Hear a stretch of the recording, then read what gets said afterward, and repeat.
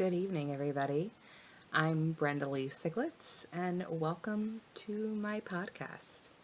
I have wanted to do this for so very long, as many people aspire to do podcasts as well, and I have a lot of ideas floating around about what to talk about, what we can discuss, so many things. But when I thought about what I wanted to chat about tonight and what might be most interesting to people, I thought about ancestry. And I have loved digging into family stories for so many years. And the best part of family stories are, of course, hearing them directly from the people we love. But when we can't, we can hear them from the newspaper. And so we go to newspaper.com and we see what it has to say historically on the record. So tonight I'm going to introduce you to two characters, relatives actually, in my life. But tonight we're going to talk about John and Jacob Smeltzer from York County. John Smeltzer is actually my third great-grandfather. He was born in Chelmsford, York, Pennsylvania, about 1812, and he died in 1894. He would be on my mother's side, and he was married to Lydia Smeltzer, and he had a brother named Jacob Smeltzer, who was born in 1825. So Jacob was his younger brother. John Smeltzer had a son also named John, who would be my second great-grandfather. It's all taken from newspapers. It's all public knowledge. I find it really fascinating. And because I work in conservation, I also find it very fascinating to just see what the record says about history, because records can tell you some really interesting things. Also, the language of the time of how newspapers were written is fascinating. This comes from the Lancaster Examiner and Herald, and this is dated September 11th, 1861. So a little bit of background is this takes place on the Susquehanna River, which is the river that is bordered by York County and Lancaster County, which is where I live. But I only live just a few miles from the Susquehanna River. So this actually only takes place a few miles from where I live now, which is also very exciting and interesting to me. And it takes place at a really tumultuous time when fishermen were trying to gather their catch of a really important fish called the shad, S-H-A-D. And these fish were very important to local fishermen, and it actually erupted in what's called the Shad Wars. And I think maybe we could do a two-parter about the Shad Wars. There are lots of articles about this in the current newspaper. I'm sure some other Lancaster podcasts have also covered this, but I'm going to take it from my specific family history about my third great-grandfather and my third great-uncle. So I'm going to read directly from the Lancaster Examiner and the semi-weekly New Era. Actually, that's what they say it's called instead of the Herald. So, shooting affray. One man killed and another badly wounded. On Friday last, a shooting affray occurred on the Susquehanna River near Turkey Hill in Manor Township, which resulted in the death of one man and the serious, perhaps mortal wounding of another. From the facts, as we were enabled to gather them, it appears that for some time a bad feeling had existed between two families, named respectively Neff and Smeltzer, the latter living on the York County side, my family, and the other on the Lancaster County side of the river. The origin of the misunderstanding between the families arose out of the right of a fishing ground on the river, or perhaps to fish pots placed on the river. John and Jacob Smeltzer, my ancestors, brothers, on Friday morning, on going out to examine the pots which they were allegedly placed there by them, and were their property, found Samuel Neff Sr., Samuel Neff Jr., Noah Sides, and 2 younger sons of Neff Sr. engaged in breaking open the pots.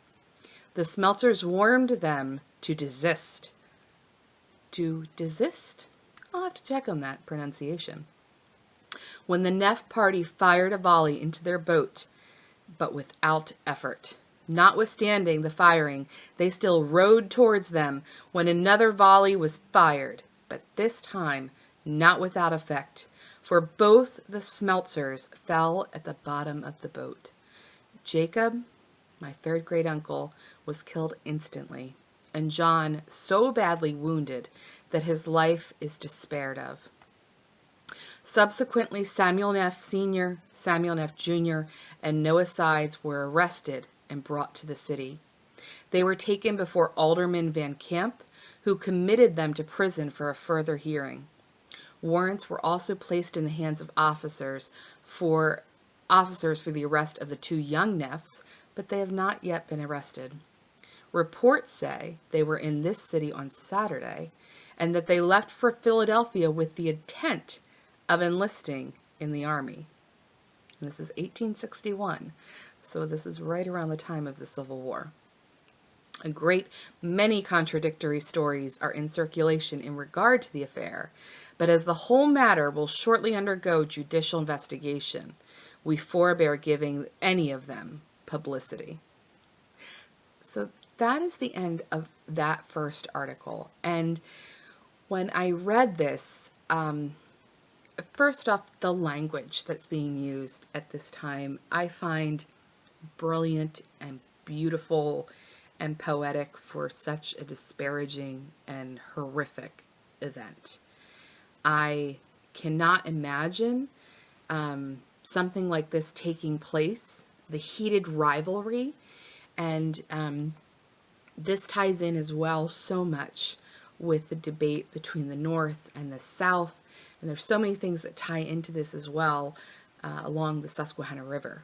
And I can't say that I know where my family stood at that current time, but this was about fish, and they were poaching the fish. The Neffs were attempting to poach my family's fish. So it's very fascinating to me. It's difficult to understand exactly what happened, but obviously someone was killed, and that was Jacob. So I'd like to take you to the next article that I found, which would be on the Inquirer. This is about the court proceedings, and this takes place November 21st, 1862. So this is court proceedings for the state, and it goes through the Commonwealth v. Samuel Neff Sr. If you'll recall, he was one of those on the island that was poaching the shad. He is indicted for murder, the sheriff having returned a panel of 24 jurors in accordance with the special venire issued by the court during the morning session. The 4 jurors required to complete the number 12 was obtained. The following are the jurors selected: Levi B. Brubaker, William Galt, H. Landis, Christian Rowe, Simon Hostetter, Jacob Peters, Wilson Brubaker, Henry C. Locker, Henry Hirsch, Thomas C. Wiley, Peter Diffenbach, and George B. Mallory. The attorneys for the prosecution are Messrs. Atlee and S.H. Reynolds. Those for the defendant, Messrs. Amwake and France. The witnesses examined on behalf of the Commonwealth were John Smeltzer, my 3rd great-grandfather, W. Kaiser, John Clark, John Eckert, and James Coheen. From the testimony of some of these persons, it would appear that the defendant is guilty of the charge preferred, but this conclusion may be removed by the evidence offered before the defense. The facts of this case were brought before the public by the publication of the evidence offered during the trial of Levi Neff, son of the prisoner for the same offense, during the last November term, A full report of the similar evidence furnished this afternoon is therefore omitted. Friday morning, Commonwealth versus Samuel Neff Sr. indictment murder. The witnesses examined on behalf of the Commonwealth this forenoon were Jacob Immel, H.S. Zerker, Samuel Walters, and George Hawthorne, Esquire, after which the examination of witnesses for the defense took place. The first witness examined was Noah Sides. The others were Reuben and Levi Neff. The defense endeavored through their witnesses to show that the shooting of Jacob Smeltzer by Levi Neff was not in accordance with the command of his father, Samuel Neff, but was purely accidental, that while in the act of turning around, Levi's gun went off and shot Jacob, that immediately after the report of the gun, Levi was heard to exclaim, "Oh my God, the gun went off." From the testimony produced this morning, the inference might also be drawn that the prisoner shot John Smeltzer in the legs for the purpose of preventing him from attacking one of his sons. The conclusion most reasonably reached after listening to a large amount of testimony is that the owners of fish pots on the Susquehanna River, at the best, recklessly disregarded the lives of others, and for their recklessness ought to be punished. We're going to look now at the Lancaster Examiner and the Semi-Weekly New Era from Wednesday, November 26, 1862. The trial of Samuel Neff Sr. for the murder of Jacob Smeltzer. So this has even more background. So impressive what they include in here. Again, because you're not getting the photography in here, so they are describing everything to you. The prisoner at the bar, Samuel Neff Sr., was arraigned for the murder of Jacob Smeltzer of York County. The prisoner is a man about 5 feet 6 inches in height, of sallow complexion, dark hair, and apparently 50 years of age. On being arraigned, he pled not guilty in an unconcerned and composed manner, which he preserved throughout the trial. He is not a vicious or bad-looking man, but is evidently possessed of a stern, determined will and nerves of iron strength. The history of the case is substantially this. The prisoner owns a little island on the Susquehanna River, nearly opposite Turkey Hill, in which he resides, and where he gains a livelihood by fishing, boating, etc. He has quite a large family over which he has exercised the most unbounded control, treating them more like beasts of burden than his own flesh and blood. Near him on the river is also a small island owned by John and Jacob Smeltzer of York County, between whom and the Neff family there has been a long existing feud.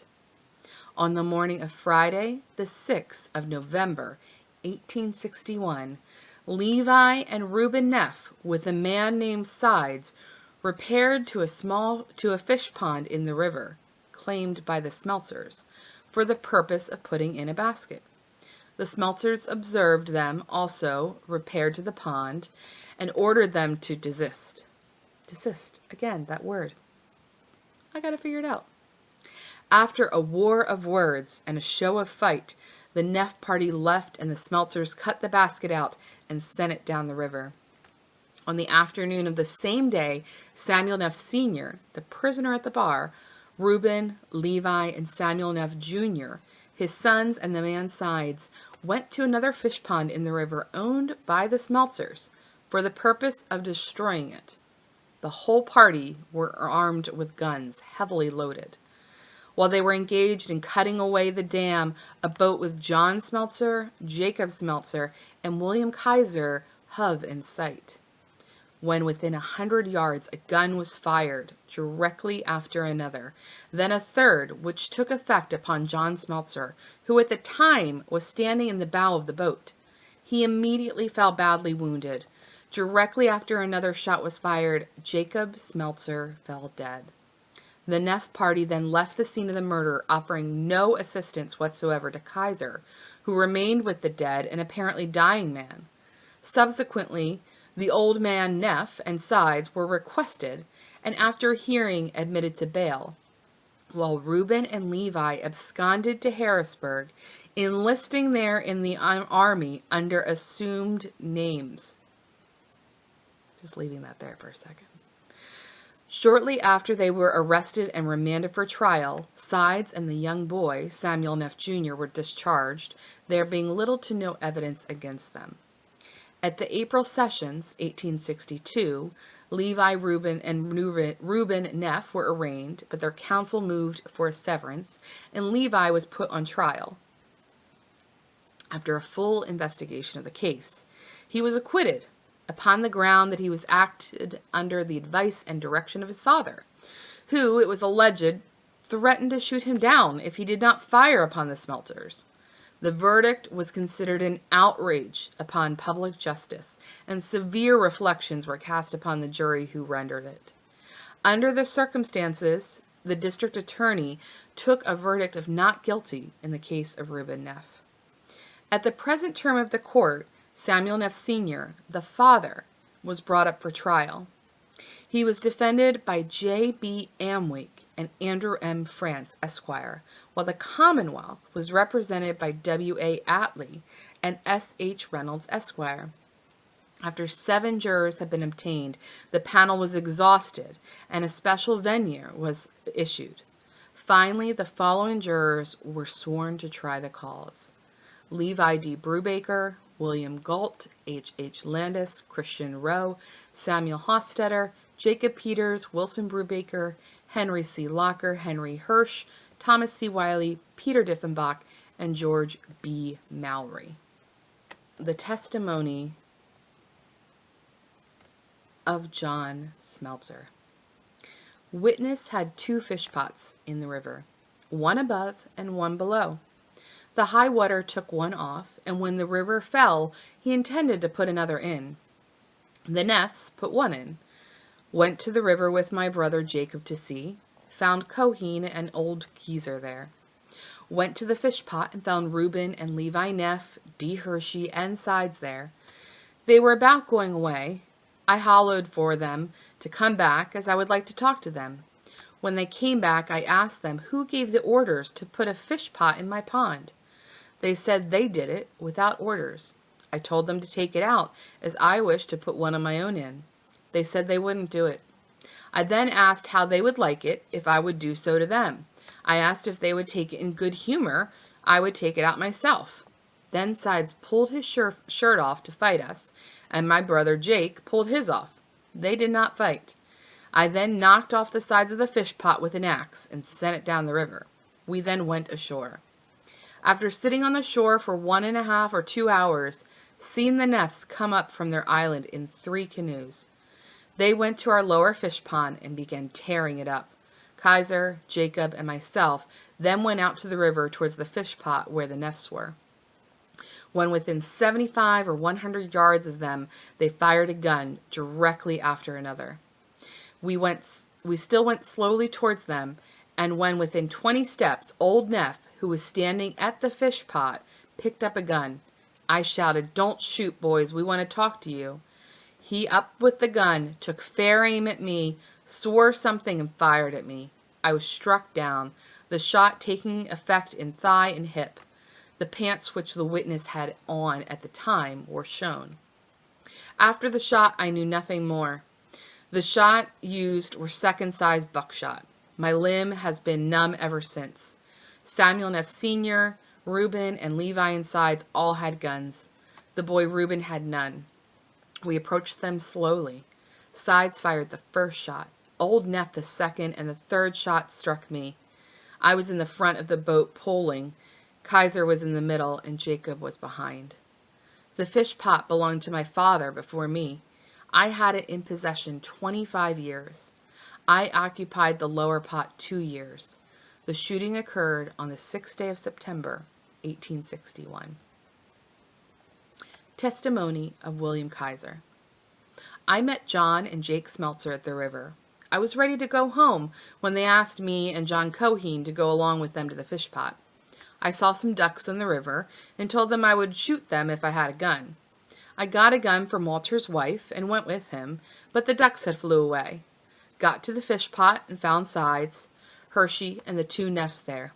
They were going to leave, and John Smeltzer called them back. They came back, and John Smeltzer said, "Boys, take that fish basket out. I want to put another in." They said they wouldn't, and Sides pulled his shirt off to fight. Jake Smeltzer then took his off.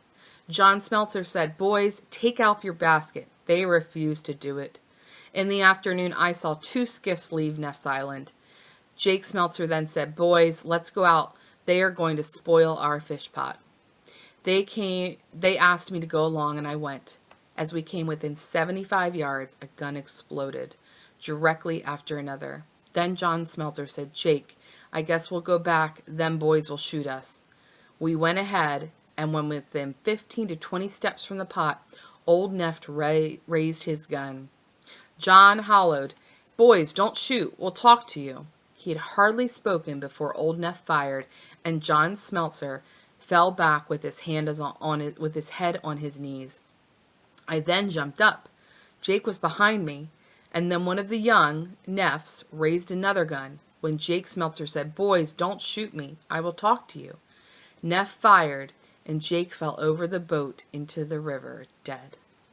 The Neffs and Sides then jumped into the boat, and I hollered, "Boys, don't run away.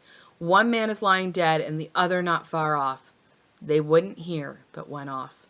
I then jumped in the river and picked Jake up and lay him with his head on a stone along the fish wall. I then looked around and saw Samuel Walters coming through the river. When he came, he wanted to take the body in the canoe across the river. I said, "Walters, we can't do that. We must get a jury on him." The witness then related circumstances and acts which ended by taking the two Smeltzers ashore. That one's a little hard, for sure. Testimony of John Clark. Witness is of Conestoga Township and arrested the parties. He arrested the old man on Saturday night, and the boys Reuben and Levi the following Wednesday at Harrisburg.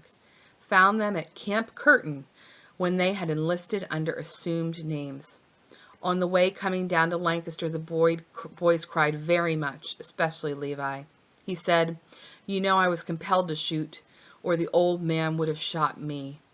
He said the old man, meaning his father, said, "If you don't shoot, I will shoot you." He then drew up his gun and went off accidentally and hit Jacob Smeltzer. He said before he raised the gun, the old man said, "Shoot and I'll hang for you." I thank you for joining me on this really fascinating journey of the Smeltzer Neff Shad case. And it's just a teaser of what the Shad Wars was in the 1800s throughout that time period. If you join me next time, I'll let you know how the defense rested their case and what the outcome was. And we can also start doing some teasers into what exactly was the Shad Wars and also the impact that the Civil War had during this time. I really appreciate you joining me, learning about local stories, lore, interests, and family history.